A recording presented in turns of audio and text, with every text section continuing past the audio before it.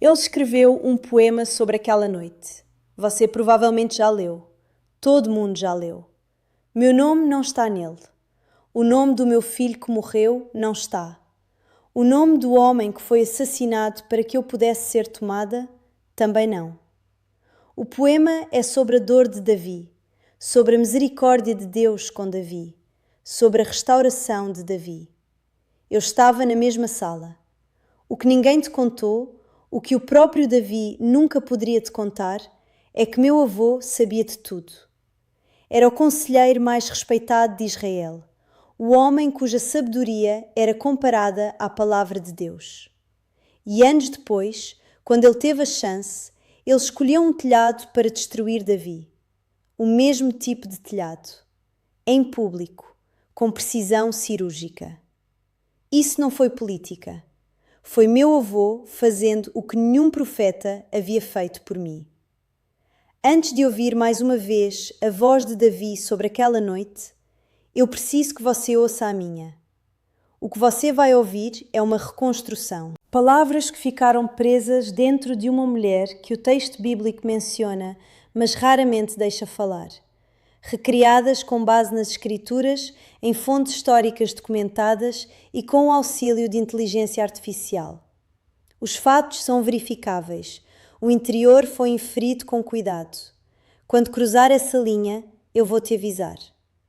Você já viveu uma história que foi contada inteiramente pelo ângulo de outra pessoa? Me conta nos comentários, antes de continuar assistindo.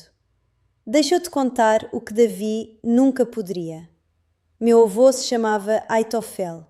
Se você conhece a história de Davi, já ouviu esse nome, mas provavelmente sem saber que ele era meu avô. São 2 versículos em 2 lugares separados e o texto não anuncia a conexão. Você precisa parar, olhar com cuidado, conectar o que o narrador deixou adjacente, mas não explícito. O texto de 2 Samuel 23:34 lista Eliã, filho de Aitofel, entre os Giborim, os guerreiros de elite de Davi, os 37 homens cujos nomes foram gravados porque suas façanhas eram desse tipo. E em 2 Samuel 11:3, quando Davi pergunta quem sou eu, a resposta é Batseba, filha de Eliã. 2 versículos depois, na mesma lista de guerreiros, está Urias, o Hitita. 2 Samuel 23:39. Eliã, filho de Aitofel, era meu pai. Aitofel era o pai do meu pai. E Aitofel não era qualquer conselheiro. O texto de 2 Samuel 16:23 é direto. O conselho de Aitofel era considerado como se consultasse a palavra de Deus, tanto por Davi quanto por todo Israel. Isso não é admiração de discípulo exaltado. É o narrador bíblico dizendo que esse homem possuía uma clareza que outros simplesmente não tinham. Não de sonhos ou visões, mas de inteligência fria sobre como o poder realmente se move. Cresci ouvindo meu avô pensar em voz alta. A casa dele em Giló cheirava a cedro seco e a pergaminho. Eu via a posição dos ombros, a inclinação precisa da cabeça, um homem que acreditava que colocar as palavras certas no lugar certo era o ato mais poderoso disponível a um ser humano. Aprendi isso sem que ele precisasse me ensinar diretamente. Aprendi a ouvir antes de aprender a falar. Aprendi a ler salas antes de aprender a ler letras. Aprendi que quem parece menos importante numa conversa, muitas vezes é quem está prestando mais atenção. E atenção, no longo prazo, é a moeda que não desvaloriza. Quando me casei com Urias, não foi por conveniência. Urias era hitita por nascimento, estrangeiro em Israel por sangue, israelita por escolha. Isso não era coisa pequena.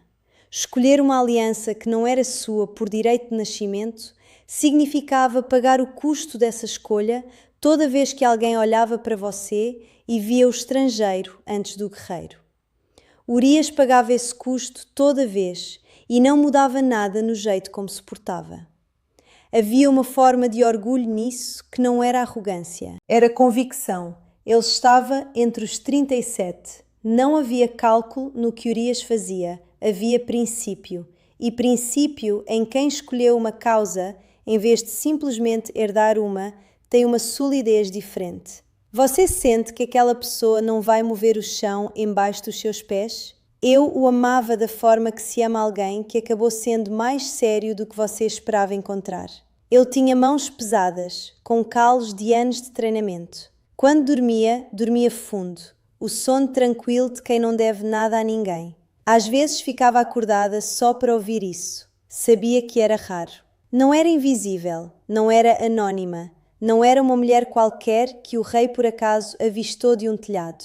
Era a neta do homem mais respeitado do concelho de Davi, esposa de um dos guerreiros mais leais do reino. Isso importa para o que vem depois, importa muito. Era o mês em que os reis saíam para a guerra. Urias havia partido com o exército para o cerco de Rabá. A casa ficou com aquele peso específico que existe quando alguém que preenche um espaço não está mais nele. Não vazia, menor. Eu cumpria o que a lei mandava. O banho ritual, o mikve, não era opcional, não era devoção pessoal. Era a obrigação da aliança, regulamentada em Levítico 15, de 19 a 24. Eu não estava me banhando para ser vista. Estava fazendo o que mulheres de Israel faziam há gerações antes de mim. A água estava fria naquela noite. Setembro, em Jerusalém, tem um frescor que vem da altitude, do vento que desce das montanhas depois que o sol desaparece. Eu me lembro da temperatura porque detalhes físicos ficam gravados quando o mundo ao redor depois muda de forma irreversível. Lembro do céu também. Aquela cor que Jerusalém tem quando o sol acabou de desaparecer, mas a escuridão ainda não fechou. O tempo suspenso entre dois estados. Não vi o olhar. Nunca soube que estava sendo vista. Só ouvi a batida na porta e quando abri havia um mensageiro com o selo do palácio na mão e a expressão neutra treinada de quem aprendeu a não deixar escapar no rosto o que a mensagem carrega. Naquele segundo, antes de ele abrir a boca, entendi alguma coisa. Não os detalhes, não o preço que eu pagaria por anos, mas entendi, com aquela parte do corpo que aprende antes da mente chegar, que o mundo que eu conhecia tinha terminado, 30 segundos atrás, enquanto eu ainda estava na água, sem saber. Os mensageiros do rei não vêm à noite para trazer boas notícias. Esse pensamento chegou junto com os passos do mensageiro se afastando. E ficou. O mensageiro não me disse o que queria. Disse apenas que o rei mandava chamar. Eu sabia a minha parte nele. Sabia porque meu avô tinha me ensinado a ler o poder. E poder que manda chamar à noite não está fazendo uma pergunta.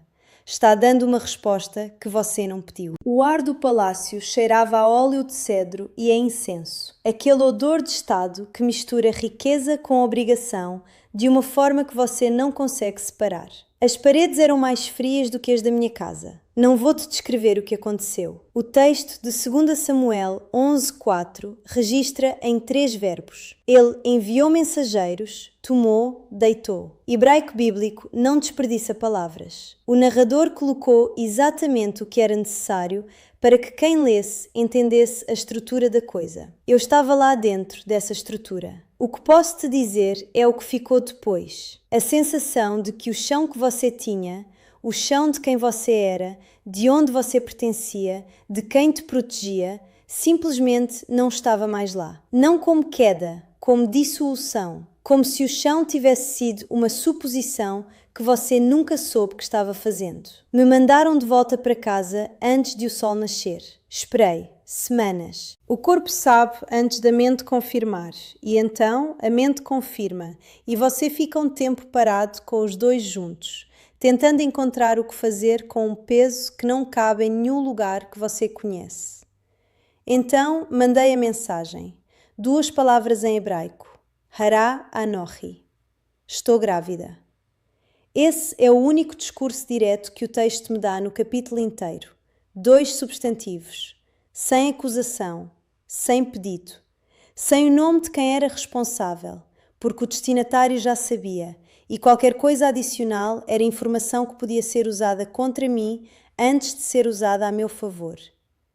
A mensagem mais segura é a que contém exatamente o fato e nada mais. Qualquer emoção adicionada àquelas duas palavras era perigosa. Qualquer acusação era suicida. Então, dois substantivos. O fato. A bola no campo dele. Esperei de novo. Urias chegou coberto de poeira da estrada. Davi o tinha mandado buscar de Rabá. Um gesto que, lido de fora, poderia parecer consideração. Lido de dentro, era tentativa de cobertura. Se Urias fosse para casa, dormisse comigo, a gravidez teria uma explicação disponível. Segundo a Samuel 11, 6, 8.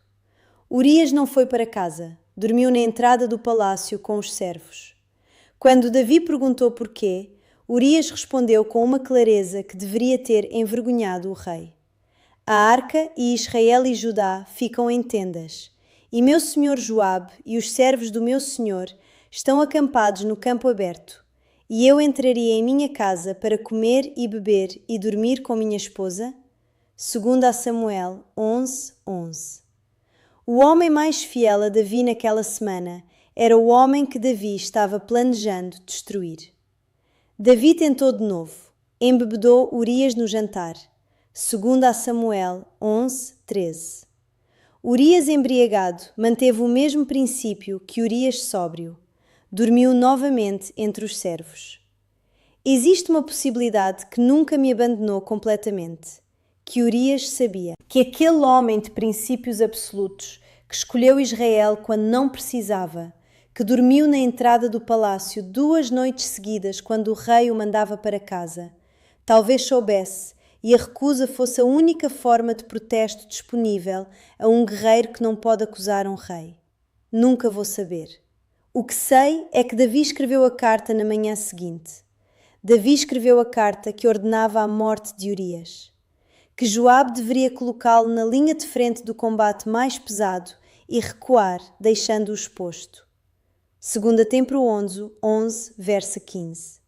Pelas mãos de Urias. Urias carregou a ordem da própria execução, selada. Entregou-a ao comandante que a cumpriu. Nunca soube o que havia dentro, porque a lealdade era tão absoluta que essa hipótese simplesmente não existia no mapa mental de Urias. O homem que você serve com tudo que você tem não coloca a sua sentença de morte dentro de um envelope que você mesmo entrega. Exceto quando coloca. 2 Templo 11, verso 14 a 17.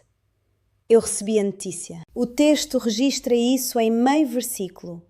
E quando a esposa de Urias ouviu que Urias, seu marido, estava morto, ela chorou pelo seu marido. Meio versículo.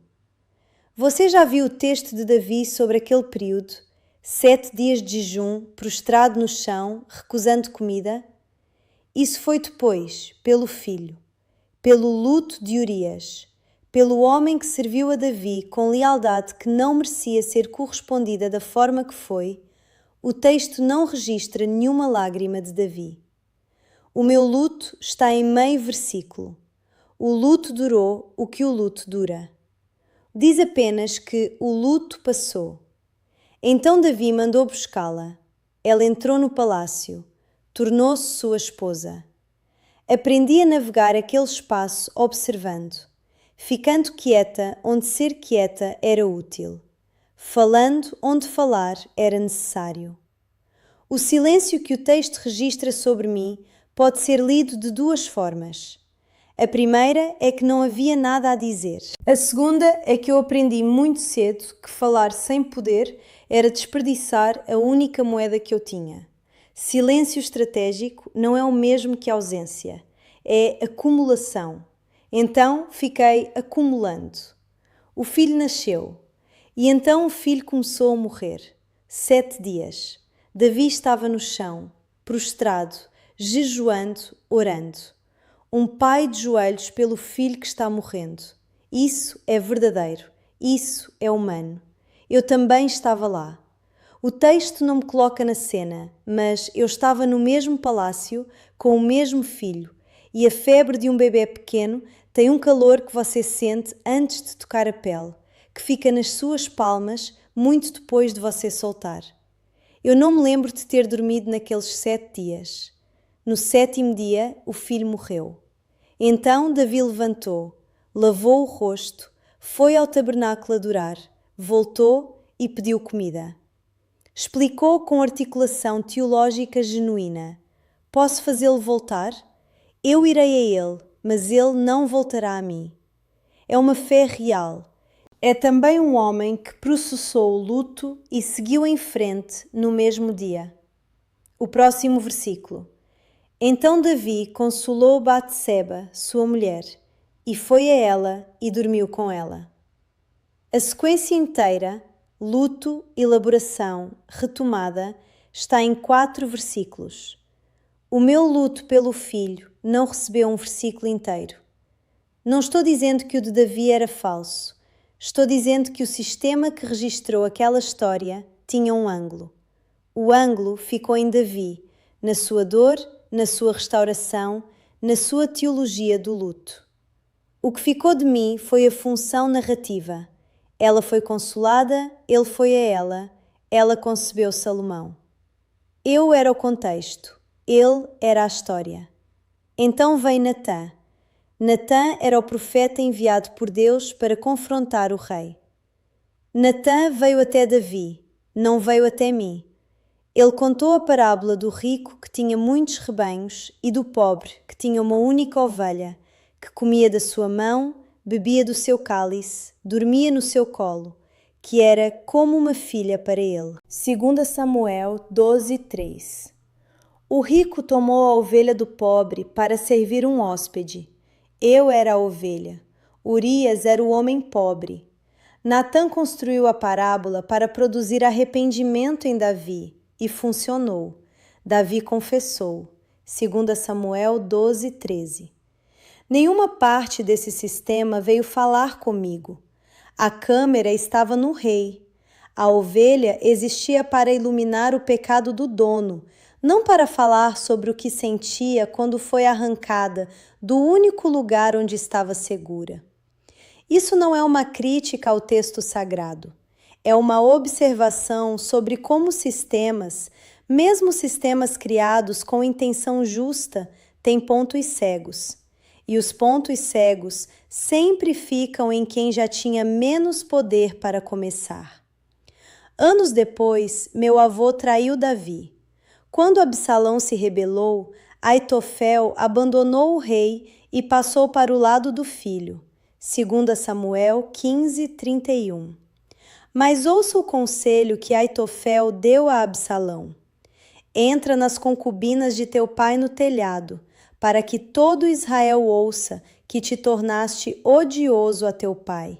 2 Samuel 16:21. Um telhado, em público.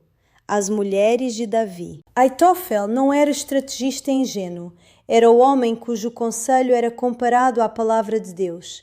E ele escolheu um telhado, escolheu humilhação pública, escolheu as mulheres do rei. O telhado não era coincidência.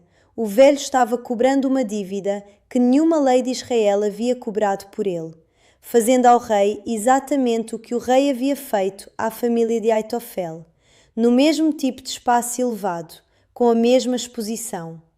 Quando seu plano foi rejeitado em favor de um conselho pior, ele entendeu o que havia perdido. Foi para casa em Giló, a mesma casa que cheirava a cedro e a pergaminho. Colocou seus negócios em ordem e morreu. Perdi meu avô 2 vezes. A primeira foi naquela noite, quando a estrutura que ele havia construído não foi capaz de me proteger do homem que ele servia.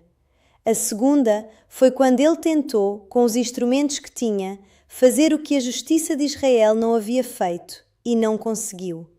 Não sei o que sinto sobre isso. Ainda não sei, todos esses séculos depois. Salomão nasceu.